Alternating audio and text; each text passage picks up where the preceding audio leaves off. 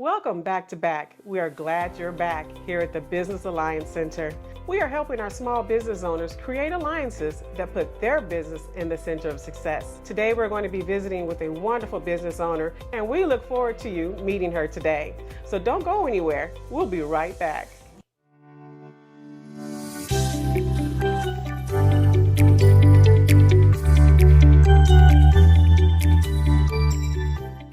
Today, we'd like to welcome a special guest.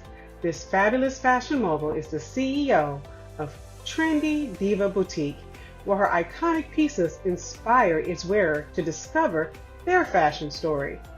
When this divine diva isn't designing her new favorite clothes, she's gagging the masses as a model. This spiritual woman of God is etching her place in history as her fashion designs, shows, classy jewelry, and good old home-cooked meals continue to inspire the next generation of business women after her. Please join me in welcoming Miss Tia Wilson. Tia, I am so grateful that you decided to sit down with me and let us get to know you a little bit better on your business journey. We found out a lot of interesting things about you. How are you doing today? I am doing fantabulous now that you're here. Oh, good. Well, thank you. So it does show that you here are from Flint, Michigan. I am. Okay, and is that where you grew up?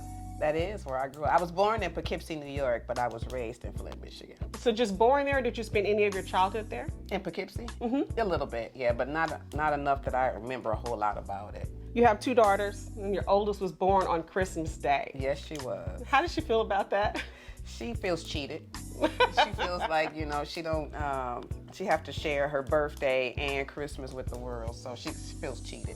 Yeah, my youngest son is like that too. He was born on Christmas Day? Not like 3 days after Christmas, so he feels cheated. And even the extra gift didn't help. She said she's still sharing her birthday with the world. Well, hey, she's sharing it with the world, and at least she's embraced that over time. Do you mind me telling your age? Because you look fantastic. No, I don't. 56, is that correct? 56. Wow, you look very good. I'm Thank going to put you over you. 40. I mean, you always keep yourself up, and I see you working out, and I see you just in all these wonderful pictures. I want to guess 56.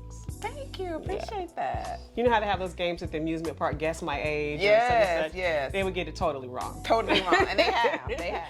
Every time, right? Every time. The first topic is the In the Know Christmas toy drive that you did last year. Describe that experience for us and why that was important to you. That was so much fun. It was joyful. It was around Christmas time. There was a lot of cheer in the room. And it was like a boutique mall. The young lady that put it on, Teresa Nelson from In the Know, she had several of us boutique owners there. So, the attendees were just able to walk around and just shop with each boutique. So it was really, really nice. Oh, well, cool. Really, that really sounds nice. good. Yeah, and it was at TK's over in Addison. So a very nice venue. So it was the atmosphere, the ambiance was beautiful. The food is always good there. Oh, good. So it was a really nice time. Oh, good. You branching out, getting out there. That's awesome. Why is giving back to the community important to you? Oh, that's huge because I didn't grow up with a silver spoon in my mouth. Mm-hmm. So my dad was a truck driver and my mom didn't work. She stayed home with us. So I had to, it was like I had to take my turn with getting clothing and things that, things that I wanted. Now we had what we needed, but for things that I wanted. And so one of the things that my mom rummaged a lot. So my middle school friends didn't know. When I came back to school, all my clothes were new. My mom went out there, so my Jordache jeans and my Guess jeans were not brand new. But you made them look good. But I made them look good, right? Right. So that was one thing my mom did. And then there was this organization back then called the Old Newsboy. And so my mom she would sign up and they would give us this box full of clothes and toys. And I just never forgot that. Just never forgot that, so no child was left behind. Oh, good. You had toys and you had new clothes. So that left a mark on me that, I want to give back. I want to be successful in the community and I want to give back to the community, because there's always some child somewhere that don't have. And it's painful because kids are cruel. They say exactly what's on their minds, and so that child that don't have, that's painful. It is. So that's why I will be committed to giving back to the community. Another thing that I do is Viola's house. I take my gently used clothing there, and I started doing that, I think last summer. And I chose that organization because I was a teenage mom, and so her organization is about teenage and homeless moms. So I wasn't homeless, but I was a teenage mom.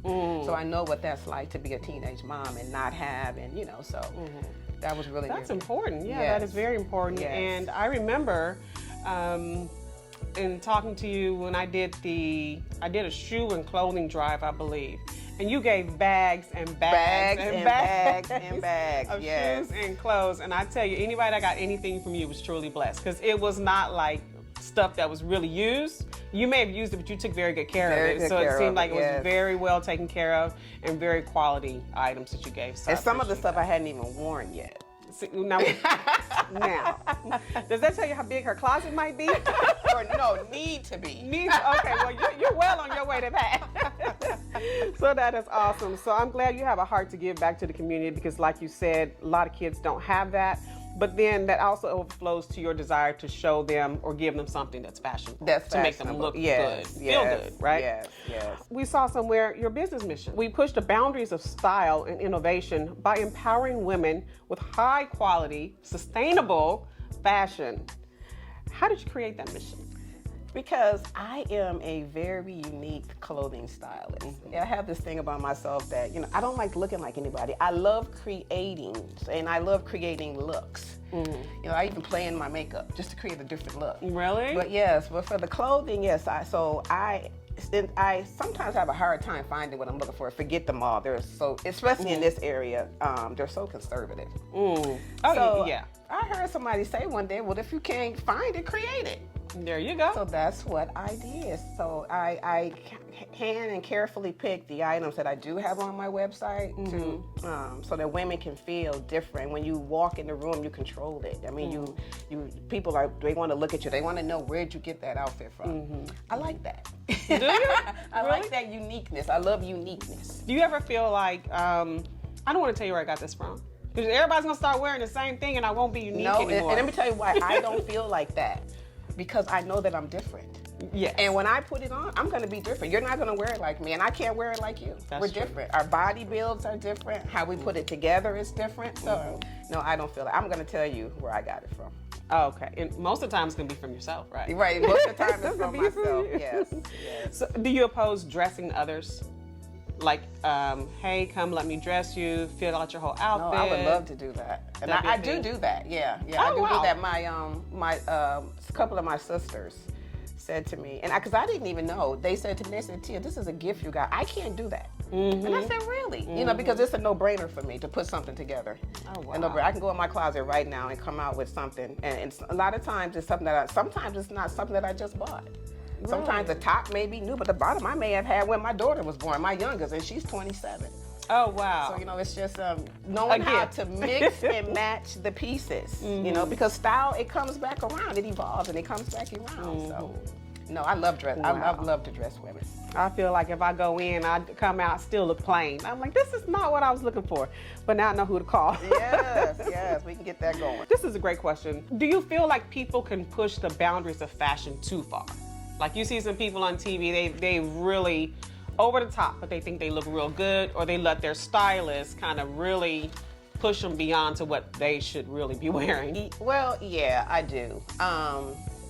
But again, it's what makes you feel good. So this is not a judgment zone. If you feel like you want to wear your butt cheeks out, then you wear your butt cheeks out.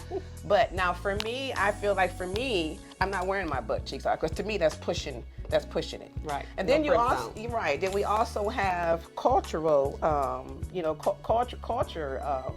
People from different cultures, like headbands. We wear them as fashion, but you know, women of the Native Americans, you know, that's a cultural, religious thing for them. You know what I mean? But we wear it as fashion. So you have to be careful. In like Dubai, when you go in different areas like that, you can't go over Dubai with your butt cheeks out. You know, so we have to be mindful. So sometimes I think that we can, but we just have to be mindful of where we are and what we're doing. Yeah. Well, that makes a lot of sense. That is totally true. Yeah, that's true. So we're gonna switch gears a little bit. I know your girls are grown. They're just as beautiful as you are.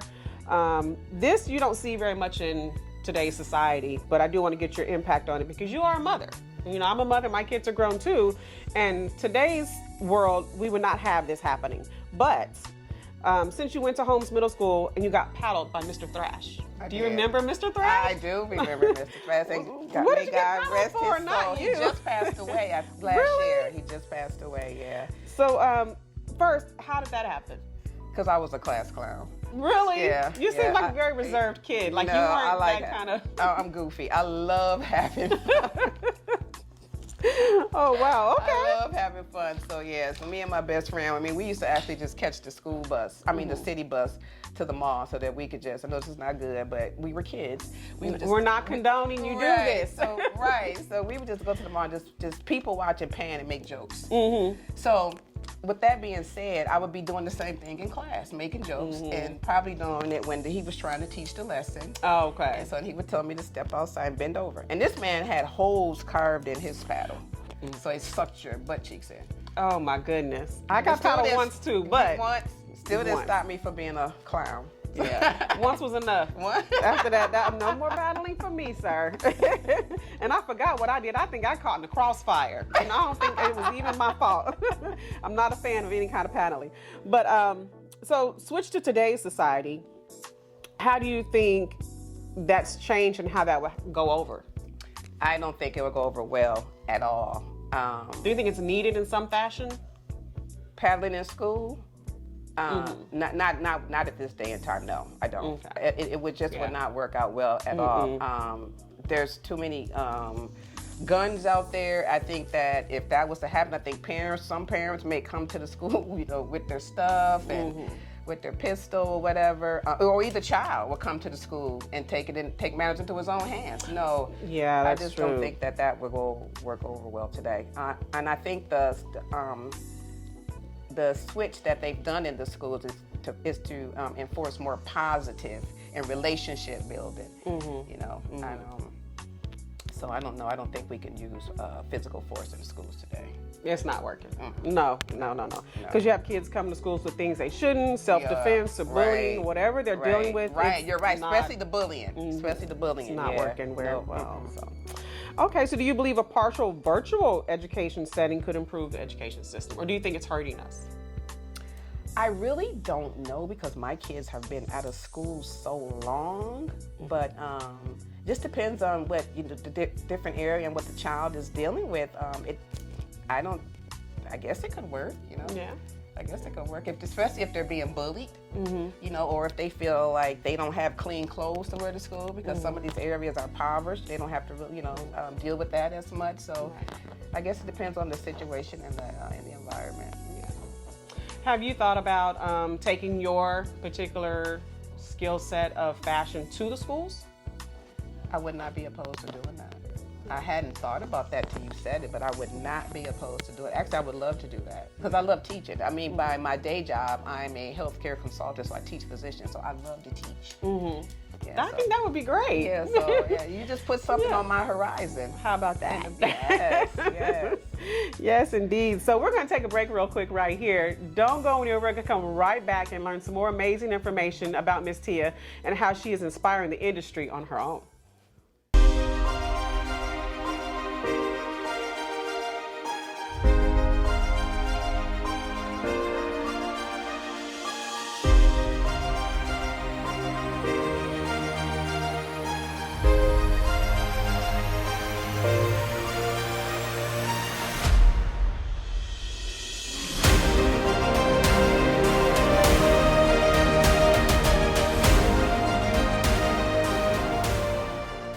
Welcome back.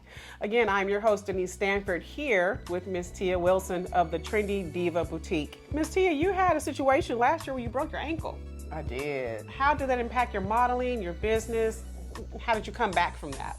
Okay, well, I'm still recovering. I still have my little brace on so now I'm moved to a brace. Okay. I don't have to wear the boot anymore, but it was a struggle to try to pose. You had to be very clever with it. So my photographer, so basically what I did was I still wore my shoes, but I used a crutch. Yeah, so he would hand me the crutch after I got done, after I sparked the pose, he would hand me the crutch, or she would hand me the crutch, and then we would move around from spot to spot. So and still, and I'm ready to do videos, but I can't yet because I don't feel comfortable walking in my heels yet without support. So, but videos are coming. I couldn't even tell.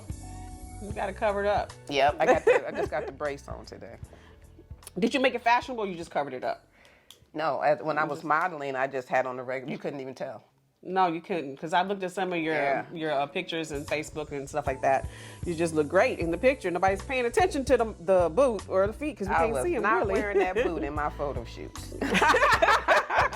Give me a little sandy beach pose. I'm not trying to do all that. I was not wearing that boot.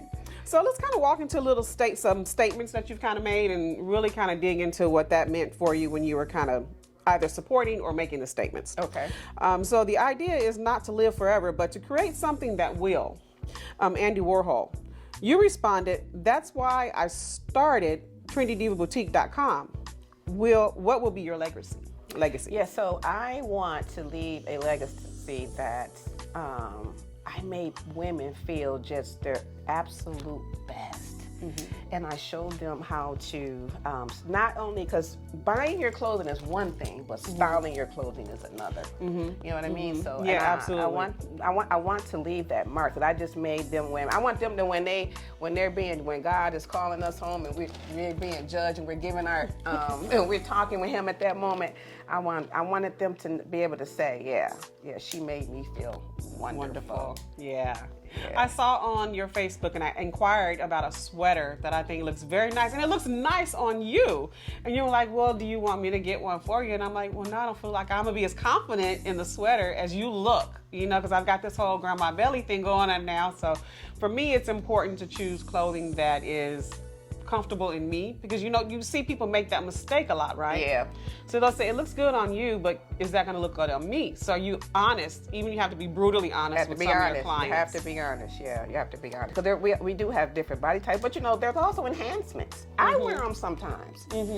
Sometimes I'll pull my stomach. I have a little, it's my exercising thing, but sometimes I'll like if I was didn't have this shirt tight in a knot, I have it on up under the shirt. Oh. It's training plus it's silhouetting. Oh. So you don't have to just be obese or feel like you're out of shape and you can't do nothing about it, because you can use enhancements.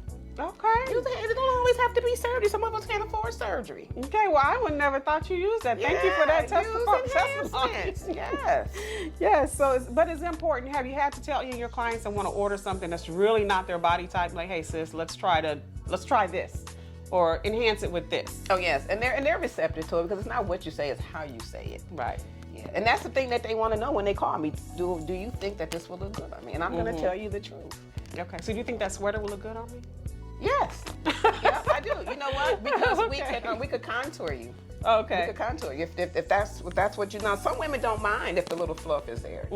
Because you're not a big You can't woman. Tell, because I have all this, like, you see this flowy shirt? Yeah. That's for a reason. Yeah, but when you want to be contoured, we can contour Well, let's you. do that. Let's show me how to do that. I'll show you how to do that. Very good. I'm so grateful. Okay, so our next statement I trust in God's vision for my life, so I forge ahead and take risks faithfully. How did you develop your relationship with God to the point to where you could trust God? I mean, like, really trust. Well, first of all, my mom instilled that we had to go to church on Sundays, and we had to go to Sunday school. She didn't force us to go to Bible study, but we had to go to Sunday school and we had to go to church on Sunday. So that's where it all started. And so with that foundation, and you build on that relationship, coming into an adult, and then life started happening. Life started happening. Yeah. And I just went through something in 2020. 2021 was a hard year for me. My daughter lost her dad, and seeing her hurt, it just tore me up, So things that went on with that situation, it was nothing but God that I'm sitting here today, because I never would have made it. Oh, praise Him. Praise Him. Yes. Thank you so much. Yes. People look at me, and even I've had my best friend say, "But you don't go through anything." I don't look like what I go through, but I go through. Yeah. Perfect statement. You go through. I go through. Yes. I did a post, I get back up. Right. Yeah. Right. That's a very good testimony in itself. So that's what faith is to you? Yes. Yeah. Yes. It's kind of embodying the whole idea of faith. Yes. Yeah, Yes. that's great. Trusting when you can't see it and you can't taste it and you can't smell it. Trusting. Yeah. And also when you're in business, you have to totally walk by faith. Totally. Because you don't know what's going to happen day to day. You don't. And you have to rely on other people, in essence, like waiting for your orders, waiting for people to actually come, hoping people see your content, hope people love your product and what you're doing, you know? So in reference to business, what is your future vision for?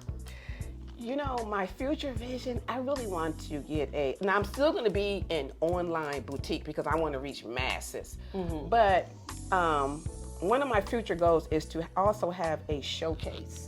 So I want my VIP customers to be able to come and, you know, have a cocktail if they want. You know, you don't have to be alcoholic.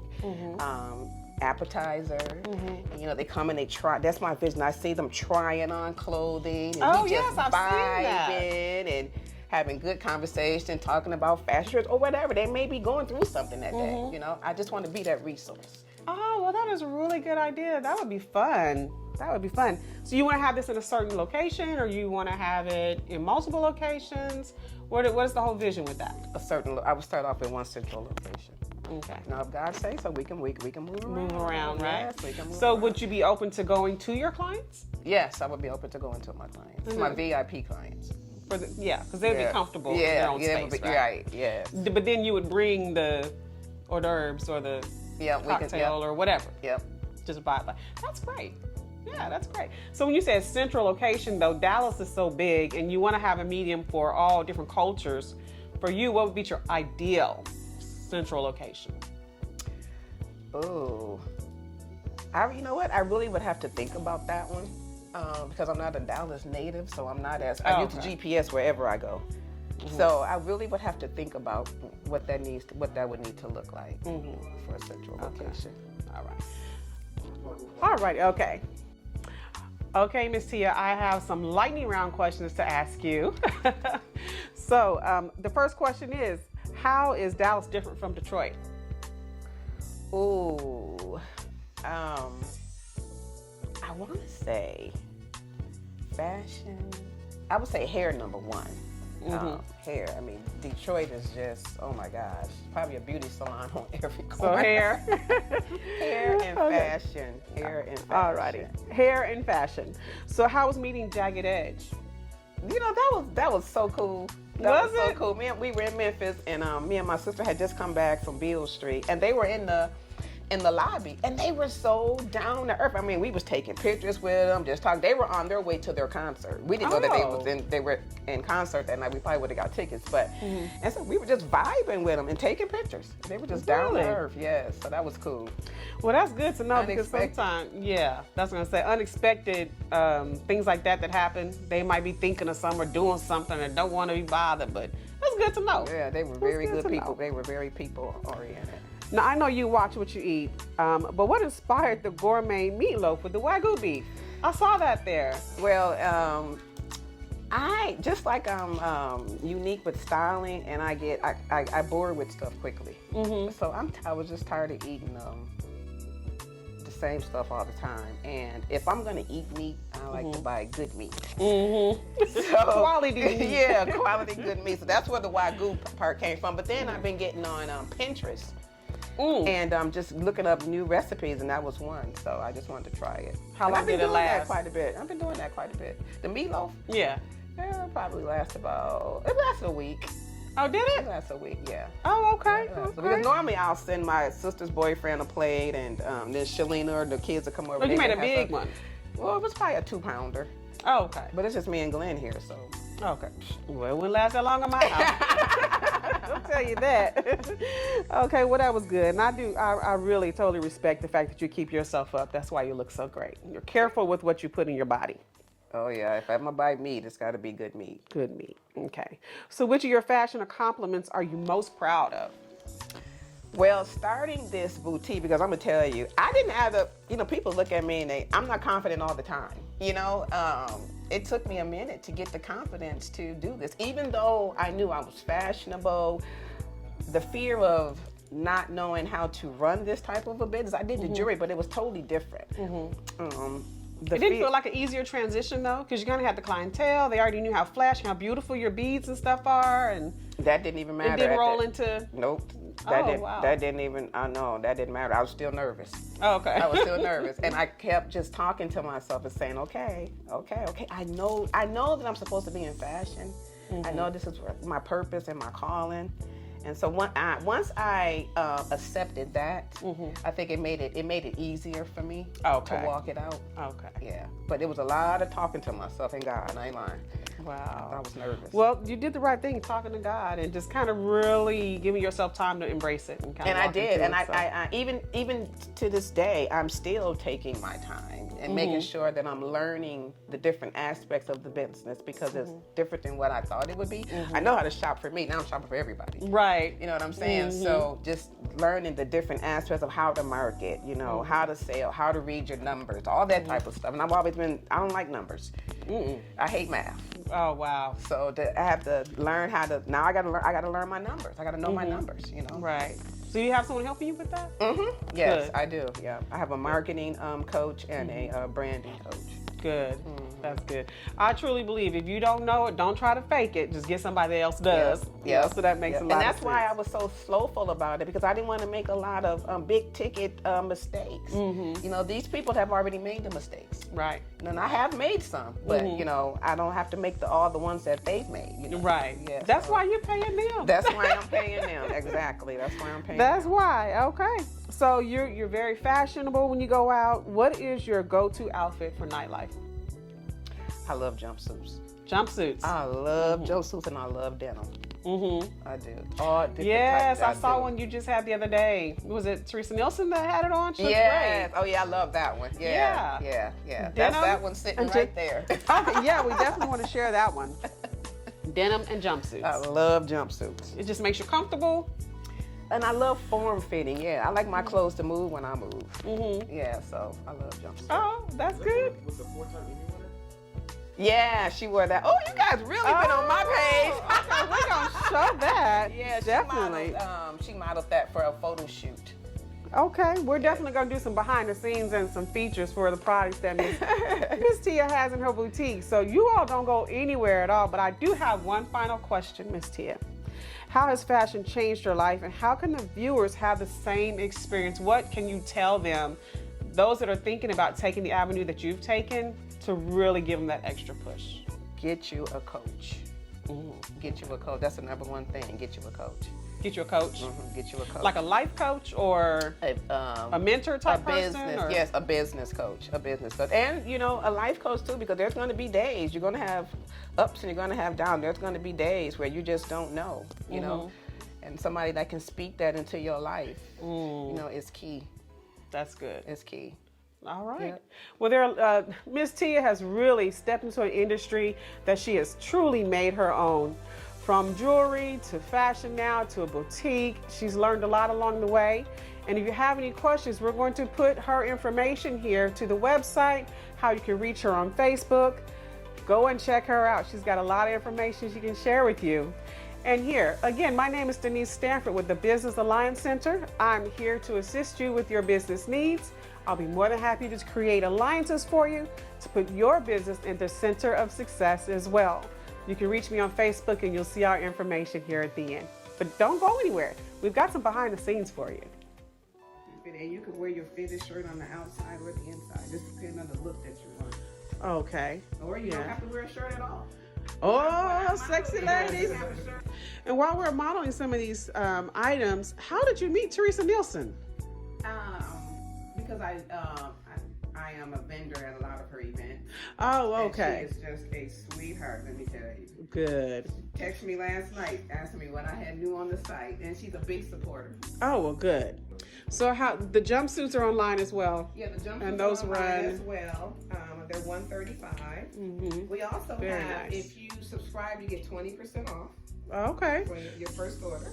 Y'all make sure y'all subscribe. Make sure y'all subscribe. That's our time for today.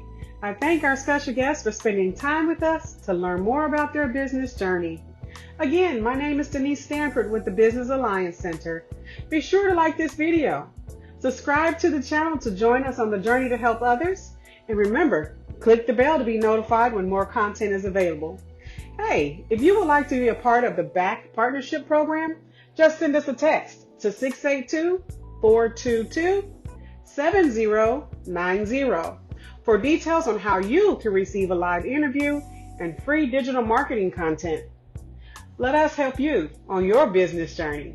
See you next time.